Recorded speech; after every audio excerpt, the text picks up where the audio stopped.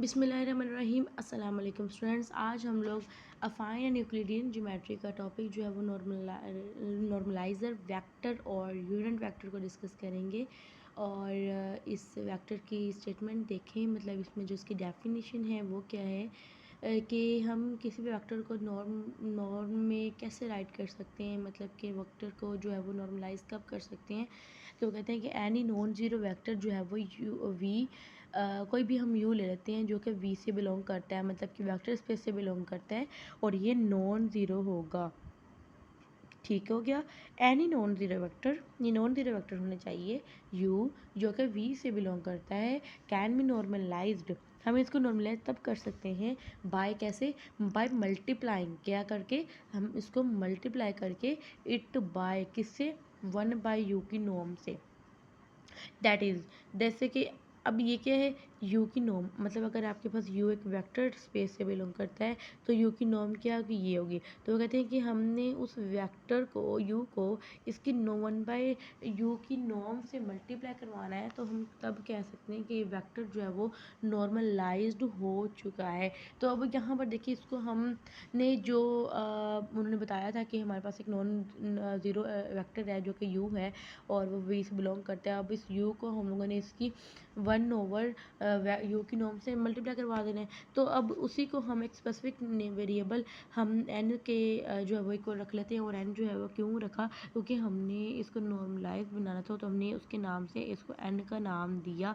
n is equal to 1/u की norm multiply by u, मतलब u को उसकी 1/u की नॉर्म से मल्टीप्लाई करवाएं तो क्या होगा, इस वेक्टर को हम नॉर्मलाइज्ड कहेंगे। तो ये चीज़ मैंने यहाँ पे इस तरह से राइट कर दी। मैथमेटिकली फॉर्म ये है और थ्योरेटिकली फॉर्म ये है, ये दोनों एक ही चीज़ बात है। अब इसको आप पता है यू वन जा, यहाँ पे यू को इसको मल्टीप्लाई करवा के ऐसे भी राइट कर सकते हैं। इस आल्सो कॉल्ड, उसको हम क्या कहते हैं, इस चीज़ को हम क्या कहते हैं, यूनिट वेक्टर। क्या कहते हैं, यूनिट वेक्टर। आपने पढ़ा होगा पहले भी यूनिट वेक्टर की डेफिनेशन जो है, जिसमें हम वेक्टर की मैग्नीट्यूड के साथ इसको जो है वो डिवाइड करते हैं, सो हमारे पास यूनिट वेक्टर आता है। वैसे ही इसके लेकिन नॉर्म के साथ हमने इसको जो डिवाइड करना है उसको हम कहेंगे यूनिट वेक्टर।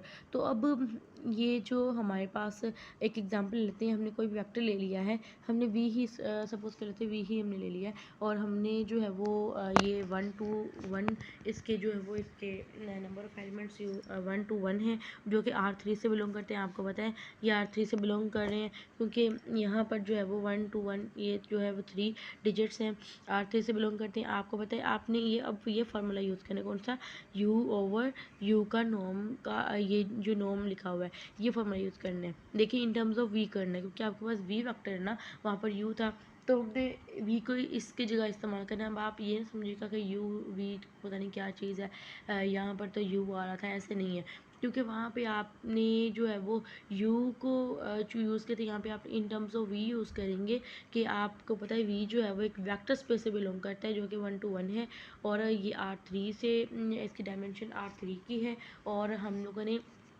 इसमें इस फॉर्मूले के अकॉर्डिंगली आपने पहले इसको नॉर्म निकालना है, फिर इसको इसके ऊपर डिवाइड करना है।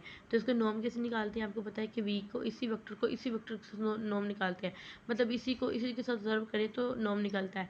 तो नॉर्म निकालने का ये देखें, यहाँ पर मैंने स्क्वायर रूट ऑफ वी, मतलब सारा कुछ उसकी जो है वो वी को रखा और इसकी वैल्यूज पुट करनी है। नॉर्म कैसे निकालते हैं, अगर आपने यू की नॉर्म निकालेंगे तो यू को यू के साथ नहीं, मतलब उसका जो पहला डिजिट होगा उसको पहले से, फिर दूसरे को दूसरे से, फिर तीसरे को तीसरे से, इसी तरह से जो है वो इसकी नॉर्म निकल आएगी।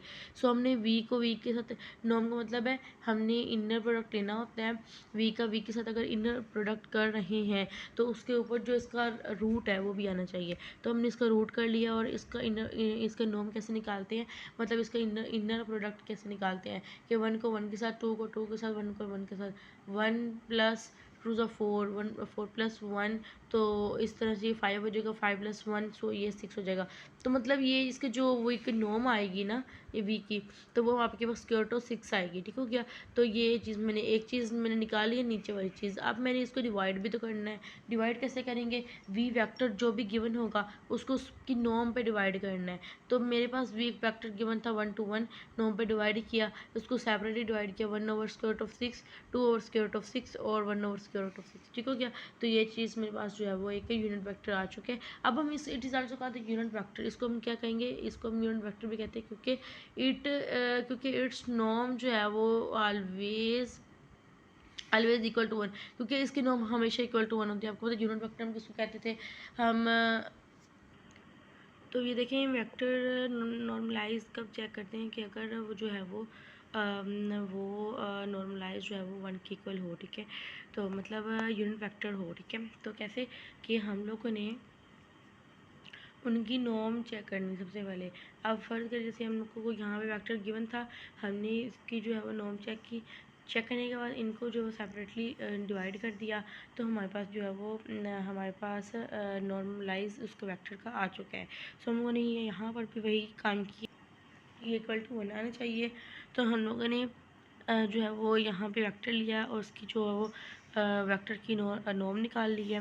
नॉर्म निकाली, हमारे पास ये आ चुका है। अब ये इक्वल टू वन होगी, ठीक हो गया। तो ये हम लोगों ने बताई थी। वन क्यों होगा? क्योंकि हम लोग इसको जो है वो यूनिट वेक्टर बोल रहे हैं इसीलिए, तो क्योंकि इसकी नॉर्म इक्वल टू वन होगी। तो उम्मीद करती हूँ कि आज का छोटा सा टॉपिक आपको समझ आ गया होगा और अच्छी तरीके से समझ आ गया होगा। और ये तो बहुत ही सिंपल था कि आपको यूनिट वेक्टर जो है वो कैसे निकालें, उसकी नॉर्म के तो क्या है कि हम लोगों ने उस वेक्टर को निकाल लेना, उसकी नॉर्म को भी निकाल लेना, उसके बाद उस वेक्टर को उसकी नॉर्म के ऊपर जो है डिवाइड कर देना, ठीक है। ये हमारे पास यूनिट वेक्टर बनेगा। अब यहाँ पे जो एग्जांपल देखते हैं उसके अंदर भी हम लोगों ने जो है वो उसको जो है वो उसकी नॉर्म निकाली है। निकालने के बाद हमारे पास जो है वो इसको यूनिट वेक्टर कैसे कहेंगे कि हमने इसको उसी वेक्टर को उसी जो हमारे पास नॉर्म निकली थी उसके ऊपर डिवाइड करना, तो हमारे पास ये यूनिट वेक्टर होगा। ऐसे हम लोगों ने ये वाली चीज़ कर ली। तो नेक्स्ट वीडियो तक के लिए अल्लाह हाफिज़, जज़ाकल्लाह, दुआ में याद रखिएगा।